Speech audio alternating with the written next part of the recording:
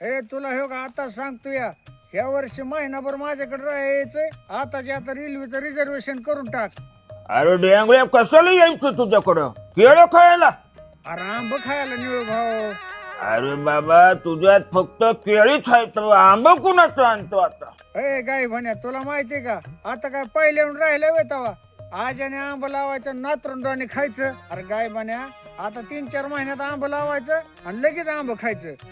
अहो बापा तुमच्या बापाने का माझ्या बापाने 4 महिन्यात आंब आणलं होतं? अरे तुझ्या बापाने नाही आणि माझ्या बापाने नाही, त्या उरळी कांचनच्या डोंबे नर्सरीवाल्याने करून दाखवले हे. अरे तुझ्या आईला. हो आणि हो रट्टे उच्च उच मला आंब दिले ते 2-3 महिने झालं लावून. आणि हो आता महिन्याला त्याला आंब लागले तर खरं म्हणतो का काय? हो त्याच्यामुळे म्हणलं महिन्याने तू माझ्याकडे आता रिझर्वेशन करून ठेव. हे वर्षी उन्हाळाभर कचून आंब खाय माझ्याकडे यायचंय. केसर हाय, रत्नागिरी हाय, हापूस हाय, कलम हाय, कसला पाहिजे तसला हाय बघ. काय सांगतो? हो आणि भली मोठी तुला सांगतो त्याच्याकडे टरकणीच आहेत की आंब्याची बाग आहे ती.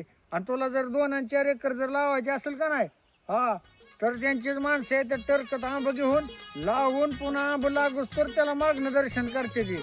ज्या आईला मार्गदर्शन म्हण किंवा हो त्याच्यामुळे तुला बी लावायची असली 2-4 एकर बाग तर त्या डोंबेवाल्याला फोन करतो, नंबर देतो. नाहीला मग तिकडे आल्यावरती नियोजन करू. हा गा अशी चालतंय. हा चालतंय ठेव.